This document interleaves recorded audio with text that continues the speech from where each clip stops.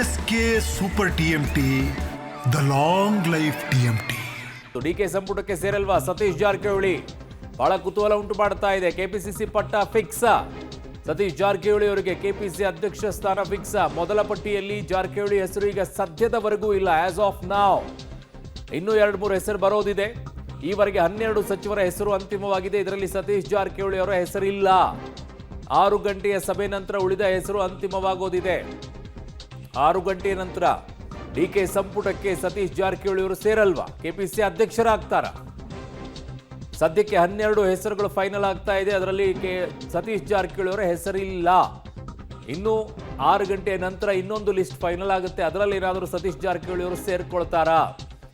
ಸೇರುವಂತ ಸಾಧ್ಯತೆ ಎಷ್ಟಿದೆ? ಮಂತ್ರಿ ತೆಗೆದುಕೊಂಡು ತದನಂತರ ಕೆಪಿಸಿಸಿ ಅಧ್ಯಕ್ಷರು ಆಗ್ತಾರಾ ಅಥವಾ ಕೇವಲ ಕೆಪಿಸಿಸಿ ಅಧ್ಯಕ್ಷರಾಗ್ತಾರಾ?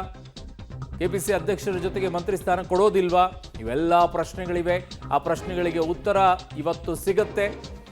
ನಾಳೆ ಪ್ರಮಾಣ ವಚನ ಸ್ವೀಕಾರ ಕಾರ್ಯಕ್ರಮದಲ್ಲಿ ಎಲ್ಲವೂ ಕೂಡ ಕ್ಲಿಯರ್ ಆಗುತ್ತೆ. ಆದರೆ ಇನ್ನೂ ಒಂದು ರೌಂಡ್ ಆಗುತ್ತೆ. ಕಾರಣ 15 ಜನರದ್ದು ಮಾತ್ರ ಇಲ್ಲಿ ಫೈನಲ್ ಆಗ್ತಾ ಇರೋದು.